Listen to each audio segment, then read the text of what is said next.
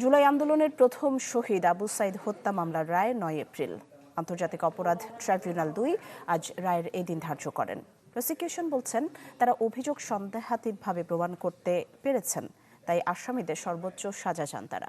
তবে আসামি পক্ষের দাবি, মামলায় সত্যতা প্রমাণ করতে পারেনি prosecution. True 700 ppm আকিশ Basir glass কেনার আগে দেখে নিলেই জিতবেন। জুলাই আন্দোলনের পোস্টার হয়েছিল যে ছবি, সেটি আবু সাইদের দুহাত প্রসারিত করে গুলি করার আহ্বান।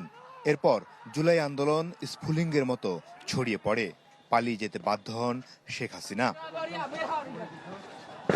আবু সাইদ হত্যা ট্রাইব্যুনালে বিচারের আনুষ্ঠানিকতা শুরু হয় গেল বছর ৬ আগস্ট। উঠে আসে ৫ বার ময়নাতদন্তের রিপোর্ট পাল্টানোর ঘটনাও।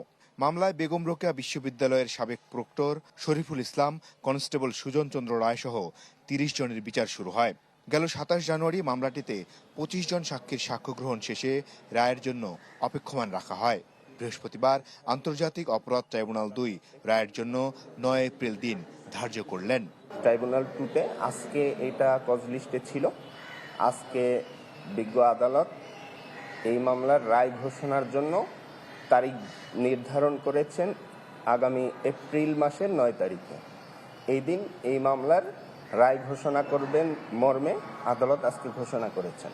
বিশ্ববিদ্যালয়ের সিসি ক্যামেরায় ধারণকৃত ছিল, সেই ফুটেজও আমরা বিজ্ঞ আদালতে দাখিল করতে সক্ষম হয়েছি। এর জন্য আমরা সর্বোচ্চ শাস্তি আশা করতেছি এবং সন্দেহাতীতভাবে প্রমাণ হয়েছে মর্মে আমরা আশাবাদী। এদিকে আসামিপক্ষের দাবি, মামলার সত্যতা প্রমাণ করতে পারেনি প্রসিকিউশন।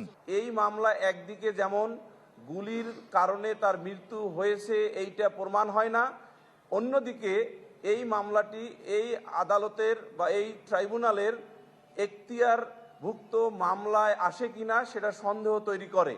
আবু সাইদ হত্যা মামলায় ৬ জন আসামি গ্রেপ্তার থাকলেও পলাতক বেগম রোকেয়া বিশ্ববিদ্যালয়ের তৎকালীন ভিসি হাসিবুর রশিদ সহ ২৪ জন। মাসুদুর রহমান, চ্যানেল 24, ঢাকা।